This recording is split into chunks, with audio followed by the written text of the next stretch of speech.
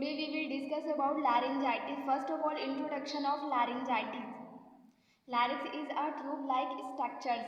Larynx एक ट्यूब-like structure होती है, ट्यूब की जैसी ये होती है. Found at the entrance of trachea, जो ट्रैकिया के स्टार्टिंग पॉइंट पर प्रेजेंट होता है. It has a 3 main function. Larynx के 3 मैन फंक्शन होते हैं. First is it helps channel oxygen into trachea during breathing. ये ऑक्सीजन चैनल में हेल्प करता है ब्रीदिंग टाइम पे. And the second one is it gets like a valve closing of the trachea when shallow to prevent food or liquid entering airways. यह जो रहता है valve के जैसे काम करता है, जो कि ट्रैकिया को क्लोज करता है ड्यूरिंग ईटिंग एंड ड्रिंकिंग, जिसकी वजह से लिक्विड और फूड एयरवे में ना जाए. And the third one is it contains 2 membranes. लैरिक्स में 2 membranes present होती है, vocal cords, which vibrate as the air passes through them, producing sound of voice. और जब इन membrane से air pass होती है तो sound produce होता है, वो vibrate होती है और sound produce होता है. Laryngitis causes these membranes to become inflamed. Laryngitis की कंडीशन में जो larynx की membrane होती है उसमें inflammation हो जाता है. That condition is called laryngitis. Means inflammation of larynx is called laryngitis. They can't vibrate properly which leads to loss of voice. जिसकी वजह से वो properly vibrate नहीं हो पाते और loss of voice होता है, जिसे aphonia कहते हैं.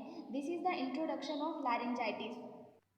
Now we will discuss about definition of laryngitis. It is an inflammation of mucous membrane of a larynx. Larynx की mucous membrane में inflammation को laryngitis कहा जाता है. This is the definition of laryngitis. Now we will discuss about types of laryngitis. First is a acute laryngitis and the second one is a chronic laryngitis. Now we will discuss about causes or etiology which is responsible for laryngitis.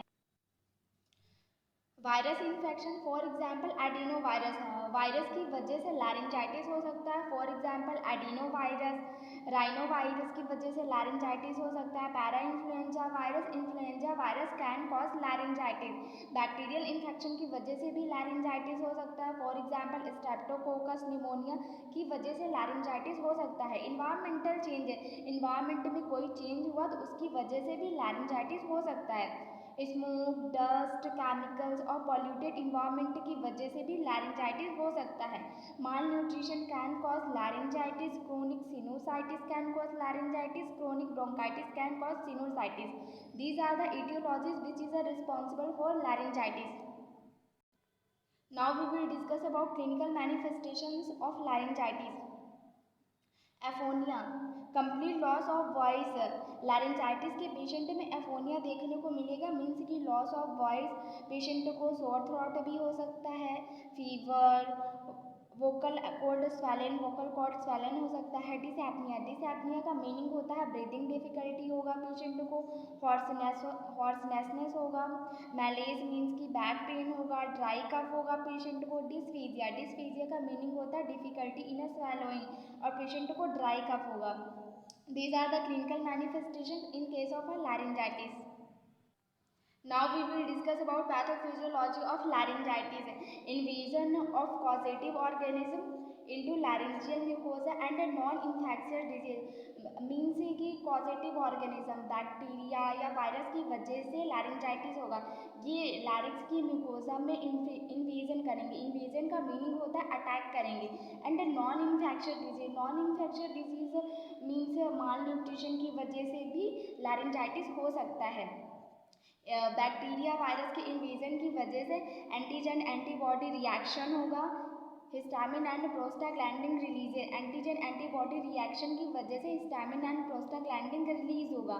Inflammation of laryngeal mucosa, जिसकी histamine and prostaglandin laryngeal mucosa में inflammation cause करेंगे.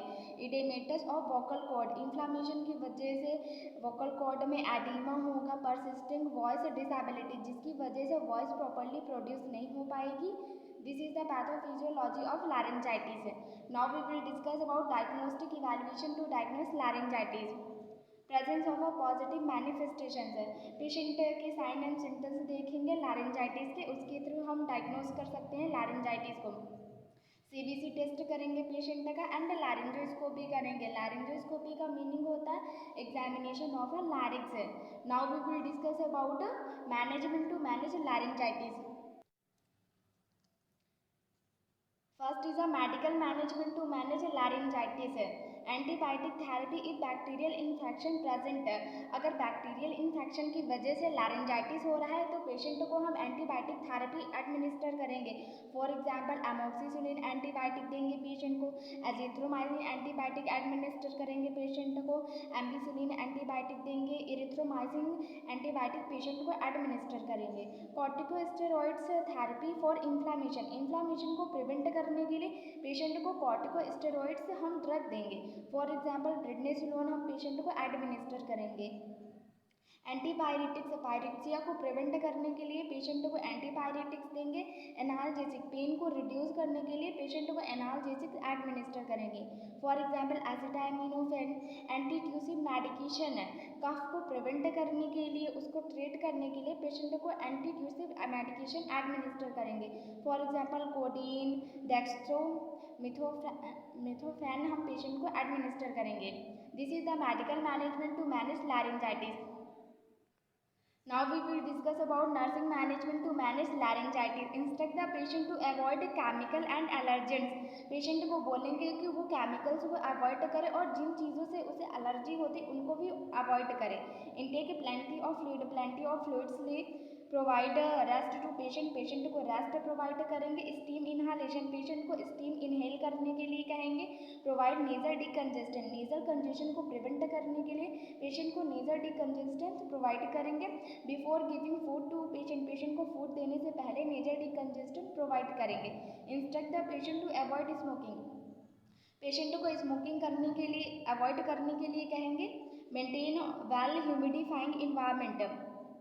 This is all about laryngitis. Thank you so much. If you like my video then like, subscribe and share my channel.